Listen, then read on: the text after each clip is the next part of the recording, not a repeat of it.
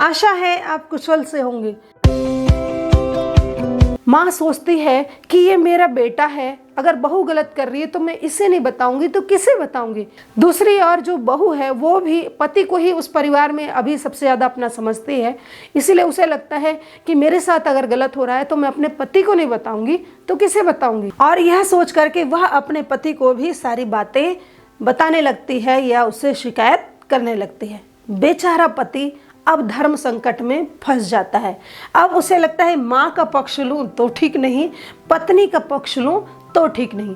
ऐसी स्थिति में उसे समझ में नहीं आता है मैं अपना दुख किससे कहूँ, मैं क्या करूं जिससे मुझे इस घर में शांति मिले, मैं सुख शांति से इस घर में रह सकूं। तो मित्रों, सास बहू के झगड़े में जो पति की भूमिका होती है ना, वो एक सुई के समान होती है।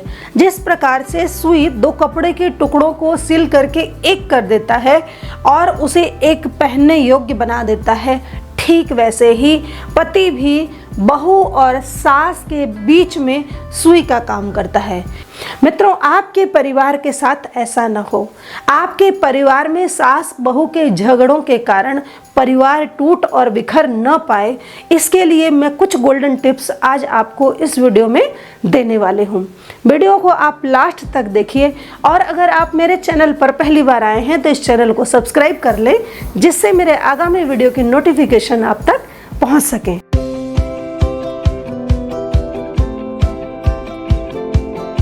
पत्नी और माँ के बीच में कभी झगड़ा न हो और अगर हो गया है तो वह भी सुलझ जाए, इसके लिए आपको जो अगला काम करना है वह है एक दूसरे की सच्ची प्रशंसा एक दूसरे से करनी है। हर व्यक्ति में कुछ न कुछ गुण होता है और कुछ कुछ अवगुण भी होते हैं। आपकी पत्नी में भी कुछ अच्छाइयाँ हैं और आपके माँ में भी कुछ अच्छाइयाँ हैं। तो आपकी जो माँ की अच्छाई है उसे आप समय समय पर जब भी मौका मिले अपने पत्नी को अवश्य ही बताते रहें और जब भी मौका मिले अपनी माँ को भी अपनी पत्नी की अच्छाइयों को बताते रहें। इसका फायदा ये होता है कि किसी व्यक्ति से जब कोई मनमुटाव हो जाता है तो जिस व्यक्ति से मनमुटाव होता है उसकी हर अच्छी चीज़ भी हमें गलत नज़र आने लगती है, मतलब उसमें हमें नेगेटिव कैरेक्टर ही दिखाई देता है, उसकी अच्छाइयाँ हमें दिखनी बंद हो जाती हैं। मान लीजिए कभी आपकी माँ और पत्नी के बीच में कुछ छोटी मोटी बात को लेकर के मनमुटाव हो रहा है, तो अगर आप अच्छी चीज़ों को बताते रहते हैं, समय समय पर एक दूसरे के कान में डालते रहते हैं, तो उससे बहू के मन में ये निश्चित भाव आएगा कि कोई बात नहीं, ये थोड़ा सा ही तो गलत हुआ है, इसके अलावा इनमें बहुत सारी अच्छाइयाँ हैं। सेम भाव आपकी माँ के मन में भी आएगा कि कोई बात नहीं, बहू ने ये किया तो इससे तो अच्छा कई और भी चीज़ों को वो करती है।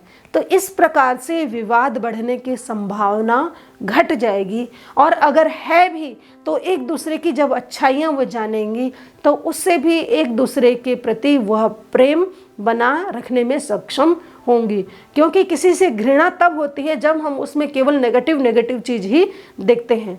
तो ये स्थिति ना आए, इसके लिए ज़रूरी है कि एक दूसरे से प्रशंसा करें और वो भी सच्ची प्रशंसा हो, लपेट करके या ज़बरदस्ती झूठी प्रशंसा हमें नहीं करनी है।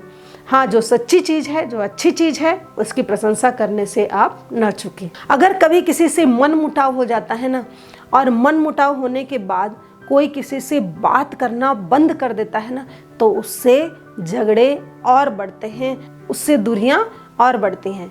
इसीलिए अगला जो मेरा पॉइंट है वह है संवादहीनता को दूर करें। मान लीजिए आपकी पत्नी में और माँ में कभी झगड़ा या कभी मनमुटाव या कभी किसी बात को लेकर के नोक-झोंक हो गई है। ऐसी स्थिति में दोनों के बीच संवादहीनता ना आए, ऐसी स्थिति में दोनों एक दूसरे से बात करना बंद न करें, इसका आपको पूरा का पूरा ध्यान रखना होगा। क्योंकि छोटी सी आज बात को लेकर के कोई आपस में बात नहीं कर रहा है और यही बात न करना है एक दूसरे के बीच में दूरियों को धीरे धीरे बढ़ाने का काम करता है। इसीलिए अपने पापा के साथ मिल करके ऐसा वातावरण क्रिएट करने की कोशिश करनी चाहिए जिसमें बहू को और सास को आपस में बात करने पर मजबूर हो जाना पड़े। जब वे दोनों एक दूसरे से बातें करेंगी तो उससे थोड़े बहुत जो गिले शिकवे होंगे ना, वो भी दूर होने शुरू हो जाएंगे और एक दूसरे से बात करने से एक दूसरे की अच्छाइयों को भी वो समझेंगे और जो बीच की दूरियां हैं वो धीरे धीरे घटने लगेंगी या दूरियां हैं तो वो कम होने शुरू हो जाएंगी। इसीलिए मैं कहती हूँ परिवार में ऐसा वातावरण बीच बीच में बनाते रहना चाहिए, चाहे साथ में डिनर का हो, चाहे कहीं पार्क में घूमने का हो, चाहे मूवी देखने का हो, मतलब कोई ना कोई ऐसा बहाना जरूर ढूंढें जहाँ सब मिल करके आपस में एंजॉय करें, बातें करें, जिससे बहू को और सास को करीब आने का मौका मिले। इससे घर में भी आपकी सुख शांति बढ़ेगी और आपका परिवार सुखी और संपन्न अवश्य ही होगा। तो मित्रों, आज मैंने आपको इस वीडियो में बताया कि अगर सास और बहू में झगड़े हो जाते हैं तो उन्हें हम कैसे दूर कर सकते हैं। मेरे जो ये 4 गोल्डन टिप्स हैं, अगर आप इन्हें अपना लेते हैं तो मेरा ऐसा विश्वास है कि आपके घर में झगड़े नहीं होंगे, और हो गए हैं तो वो दूरियां भी आपकी मम्मी की और आपकी पत्नी की कम हो जाएगी और आपके घर में सुख और समृद्धि का वास होगा और आप भी सुखी रहेंगे। इसीलिए इन टिप्स को आप अपनाएं और वीडियो अगर पसंद आए तो दूसरों को भी शेयर करना न भूलें। मिलते हैं नई नई जानकारियों के साथ अपने अगले वीडियो में। तब तक के लिए नमस्ते जी।